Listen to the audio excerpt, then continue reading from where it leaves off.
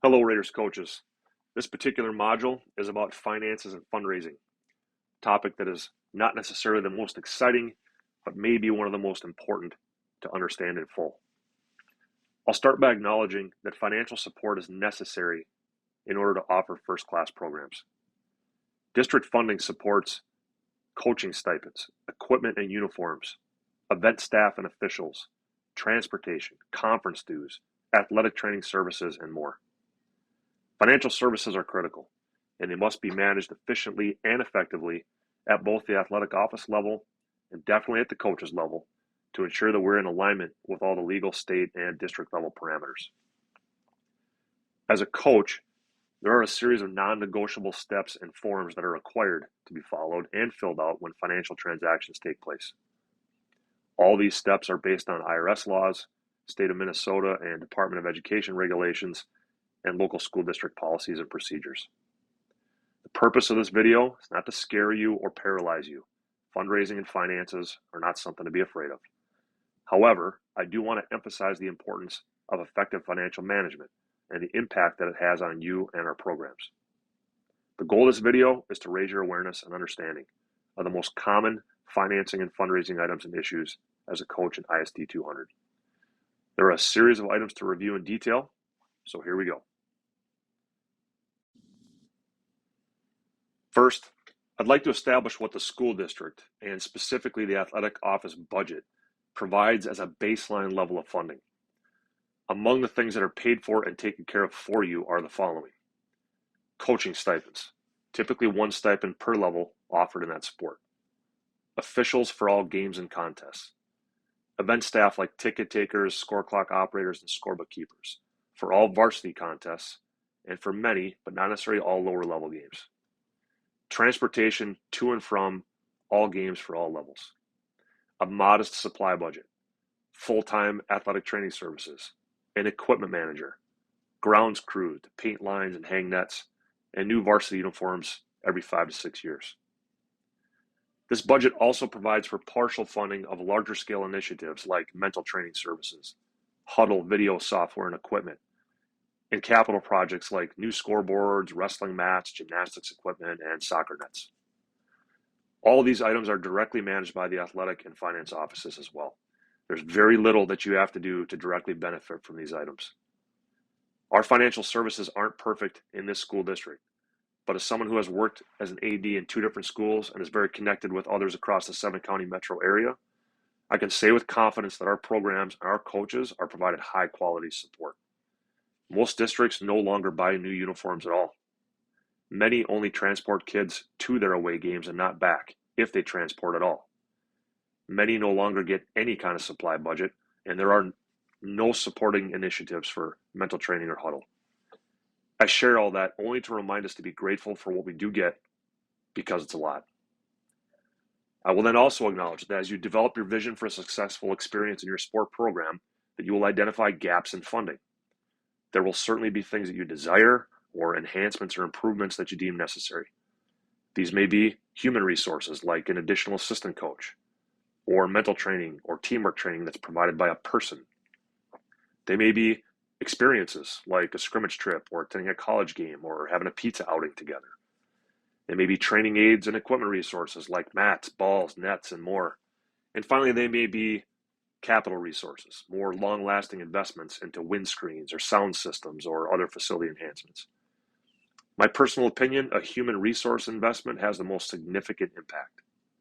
While equipment and training aids are necessary, this is a people industry, and they can make a lasting impact on our kids. My recommendation is to have an active and evolving list of needs and wants, categorized in order of priority, that specifically names the type of resource desired.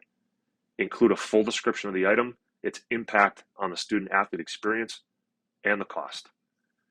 You should note if items are more annual, representing an expense that will repeat every year, or if items are more evergreen, meaning you purchase it once and it benefits the program for multiple years. If it is a piece of equipment or a capital item, also be able to identify the preferred vendor, model numbers, and color and style descriptions. All of this will guide your decision-making, fundraising choices, and for those with the Booster Club, it will greatly enhance that partnership and dialogue. When working with a booster club specifically, your evolving list is intended to be a helpful guide and a judgment-free list of requests. Requests are different than demands. I always encourage coaches to have ongoing conversations with their booster club about their vision and how the club may support it financially. Said differently, if you have a detailed, prioritized monetary list, your booster club and parents can then make informed decisions about how much they are comfortable fundraising and how much energy they're willing to put forth. And it also means that they can, if they wind up supporting the top 2 or 3 things on your list, but not number 4 and 5, then everyone is just okay with that. So moving forward, I'd like to address the technical aspects and logistics about managing your sport finances. Specifically, I will describe and contrast funds that are raised from donations versus fundraising, because they're not the same, and I will clarify the difference in procedures and allowable expenses between school district financial accounts and booster club accounts, because they work differently. I'll cover a definition of each, when they would apply for you, and how you'd execute the transaction. So let's talk first about donations and fundraising. Simply put, the definition of fundraising is any coordinated activity that raises money. Examples are things like a car wash, plant sale, selling discount cards, or a meat raffle. A key point on fundraising is this: participation in fundraising can be encouraged, but you cannot require it. Fundraisers must be optional for players and families, not mandatory. This is a Minnesota State High School League bylaw, and it is important that you and your parents and your booster club, if you have one, are on the same page about this. In any communication about fundraisers, it should be clear that participation is encouraged, and you should be crystal clear exactly what the funds will be used for, but you cannot require it. You also may not withhold the checkout of school equipment or threaten to withhold participation in practices or games if kids choose not to participate in a fundraiser. This is a major point of emphasis. It's imperative that your assistant coaches and parent groups are in alignment with this one. Fundraising activities can really take place at any time throughout the calendar year, whether it's in or outside of your formal season. Again, assuming that all the parameters previously noted about optional participation are followed. And a final note about the mechanics of a fundraiser are these. Ideally, funds are collected by parent representatives and/or booster club members. Checks and electronic payments are always preferred versus cash. I strongly discourage you or members of your coaching staff from collecting money. A donation, by definition, is a check written to the school district with a specific purpose to support your sport. Different than a fundraiser, a donation is typically from a single business, a person, or a booster club making a monetary contribution. When donations are made, they're deposited into school district accounts that are called Fund 11 accounts. In terms of timing, donations may be made at any time throughout the calendar year. They're traditionally earmarked for a specific project or purchase, so in most cases, we expect that the donation is made at the time that an invoice is delivered from a vendor. We will not issue payments prior to a donation being received. And then logistically, a school district Fund 11 donation form is required to be completed by the donor or donor group. On this form, the donor will specify what the funds are to be used for, and that form should be turned into the athletic office along with the donation check itself. This is for accurate record keeping on the school district end and on the donor end. It also ensures that the athletic office purchases only what the donation is made for and not something else. I'd like to pause here to emphasize an important point about donations. As a coach, you should never directly accept a donated item or donated money. If you have an interested booster club or business or alumni group that wants to make a donation, awesome. It's likely that we can accept it. However, there's legal steps to follow, and you must connect with me as the AD to guide you and likely the donor through the steps. There are also Title IX implications for many sports that must be managed upfront at the time of the donation, and I can guide you through that process as well.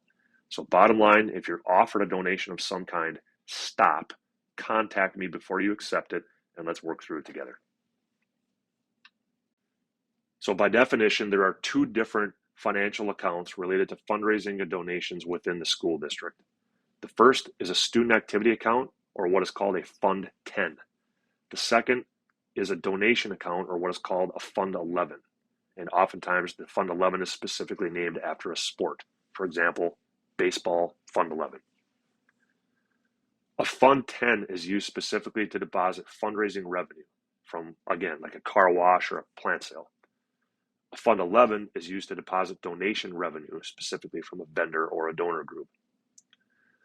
Money deposited into Fund 10 and Fund 11 accounts becomes school district money, and therefore all regulations and rules about school district funds and how they are spent must apply. When the deposits are made, there are specific forms and signatures and receipts required. And there are some significant constraints on the distribution of those funds.